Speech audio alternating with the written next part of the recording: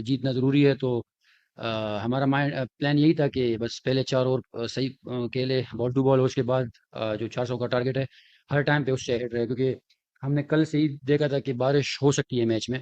तो हमारा यही प्लान था कि हर टाइम जो है वो एवरेज हमारा ऊपर ही रहे, और अगर पूरा मैच होता तो अ, हम लोग हमारा प्लान यही था। और जिस तरह विकेट इतना अच्छा विकेट खेल रहा था, न टर्न हो रहा था, न कोई स्पिन हो रहा था, तो मेरे ख्याल में हम लोग इसको चेस कर सकते थे। देखा कि एक एक वो पर्चा भी आया था अंदर से, probably it was about the DLS calculation all. तो प्लानिंग का कितना ज्यादा फैक्टर था इस वाले मैच में, पर्टिकुलरली रेन और हर चीज आप लोगों ने पहले से कितना सोचा हुआ था चीजों को? देखिए, जैसे मैंने पहले बताया, कल से ही हमारे माइंड में यही था कि बारिश होगी। और ये था कि 15 ओवर के बाद बिल्कुल हम लोगों ने अंदर मैसेज भेजा मैनेजमेंट को कि हल्की हल्की बारिश हो रही है, तो आप हमें बताएं कि 20, क्योंकि हमें ये तो पता है कि 20 ओवर से पहले डकवर्थ लुईस वो अप्लाई नहीं होता। तो हमने उनको यही मैसेज भेजा कि 20 ओवर में हमें क्या टारगेट चाहिए। तो बिल्कुल प्लानिंग बहुत ज़रूरी होती है इस स्टेज पे, अगर आप खेलते हैं तो प्लानिंग के बगैर बड़ा मुश्किल होता है। और बिल्कुल हमारी कल भी हम लोगों ने प्लान किया था, और आज भी हम लोग उसी तरीके से ओवर बाय ओवर चल रहे थे। Hi Fakhar, congratulations on a brilliant knock. Fakhar, एक टाइम था जब थोड़ा नेट्स में परेशानी हो रहा था, थोड़ा स्ट्रगल चल रहा था। थोड़ा आप बताएंगे कि उस फेज के दौरान आपने कोच से क्या बात किया, क्या कॉन्वर्सेशंस रहा आपके कोच के साथ, आपका कॉन्फिडेंस वापस बिल्ड? आज के मैच में या पहले? नहीं नहीं, पहले इस वर्ल्ड कप के दौरान जब आप थोड़ा साइडलाइंस पे भी थे, नेट्स में जब आपका थोड़ा चल रहा था, थोड़ा थोड़ा दिक्कत चल रहा था, जस्ट प्योरली जी, मैं बेस्ड समझ गया हूँ। My observation. बिल्कुल, देखें कोच से कैसे बात देखें इस लेवल पे अप्स एंड डाउन्स तो आते रहते हैं, और आप इंटरनेशनल क्रिकेट खेलते हैं। तो बिल्कुल मैं जो ऑफ टाइम था उसमें काम कर रहा था अपनी फ़िटनेस के ऊपर भी, क्योंकि मेरी इंजरी भी चल रही थी।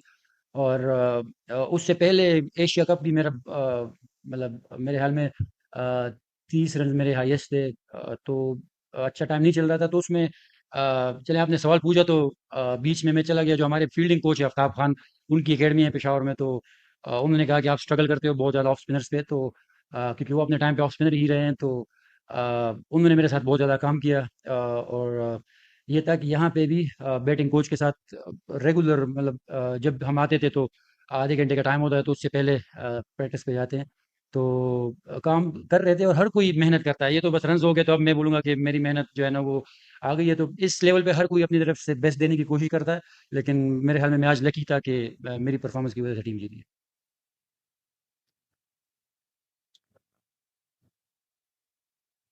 फखर, पहले तो मुबारकबाद, आपने बेहतरीन इनिंग खेली, पाकिस्तान को जितवाया है। ये बताएं, जब आप विकेट पर थे और जब 4 पे अब्दुल्ला शफीक आउट हो गए थे, पाकिस्तान की पहली विकेट गिर गई थी, बाबर आए थे, तो फिर क्या प्लानिंग आप लोग कर रहे थे? क्योंकि उस टाइम प्रेशर था पाकिस्तान पर। किस तरह से आपने अपनी गेम को का मोमेंटम बनाया और अपनी इनिंग्स को, क्योंकि हमने देखा है कि आप कई दफा शॉट्स 2-3 छक्कों की तरफ जाते हैं, लेकिन आज आप थोड़े मोहतात भी थे। तो किस तरह से प्लान किया था? बाबर ने आप समझा रहे थे या खुद से ही कुछ कर रहे थे? देखें, जो ओपनर्स हम जाते हैं तो हमें पहले 2 ओवर में आइडिया हो जाता है कि विकेट किस तरह खेल रहा है। तो जब अब्दुल्ला शफीक ने पहला ओवर खेला तो उससे मैंने पूछा, फिर जब मैंने दूसरा खेला तो प्लान हमारा यही बना कि यार विकेट बहुत ज़्यादा अच्छा है बैटिंग के लिए, तो हम लोग जो पहले 4 ओवर है इसको थोड़ा सा सर्वाइव कर लेते हैं।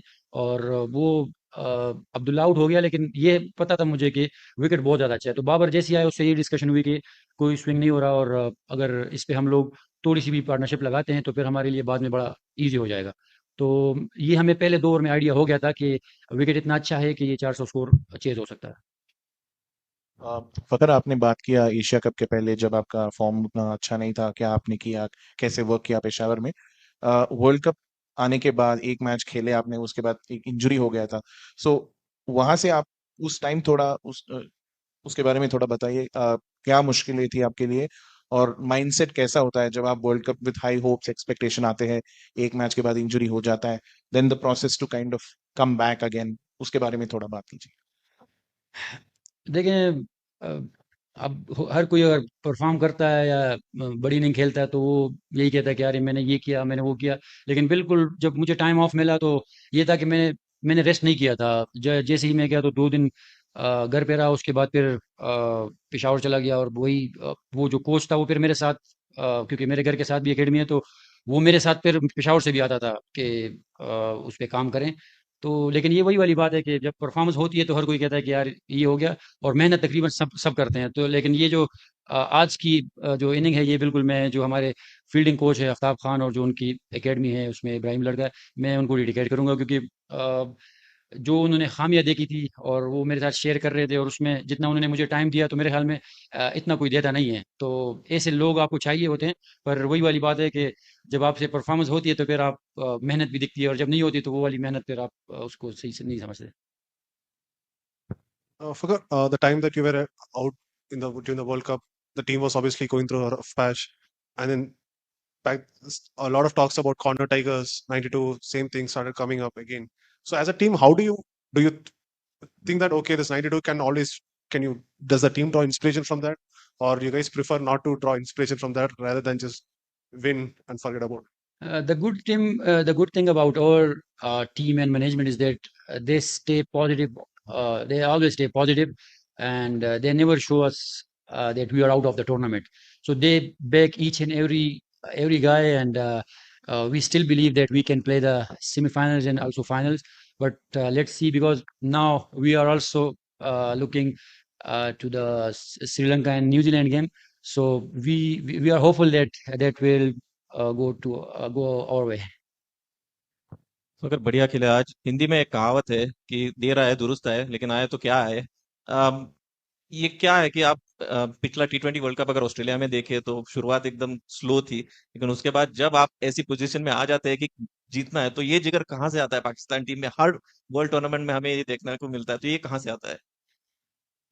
देखें, ये जितनी भी टीम है तो बहुत ज़्यादा टैलेंटेड लड़के हैं, क्योंकि हम लोग भी हर जगह खेलते रहते हैं, और आप अगर पहले से लेके आखिरी तक देखें तो, लेकिन हम लोगों को मेरे ख्याल में एक रिदम चाहिए होता है, जो कि कभी कभार हम लोग लूज कर लेते हैं।